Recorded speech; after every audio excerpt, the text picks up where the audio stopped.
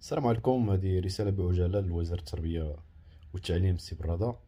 فبغيت نقول لك حشومة وعيب وعار هادشي اللي كيوقع للطلبة المجازين، اللي صراحة ما خليتوش لهم حتى داك الشرف انهم يدخلوا الامتحان الكتابي. فهذا الانتقاء القبلي فصراحة هو حق مجحف في حقهم. انسان كيستعد واحد الايام ولا شهور وكيستعد باش انه يوجد واحد الامتحان ويدير المجهود اللي عليه ويدير المجهود داكشي يعني اللي حفظوه واللي راجعوه في هذاك الوقت، انه يحطه في واحد الامتحان ما عندوش حتى شرف انه يدوز لهذيك المرحله.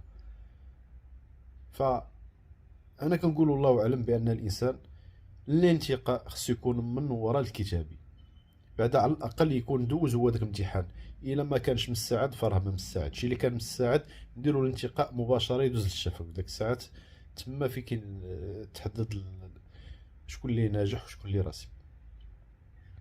فهذا حق مجحف، حق الطلبه المجازين. ونتمنى يتعاد النظر في هذا الانتقاء الاولي، لانه صراحه كيضيع بزاف ديال الطاقات بزاف ديال الشباب.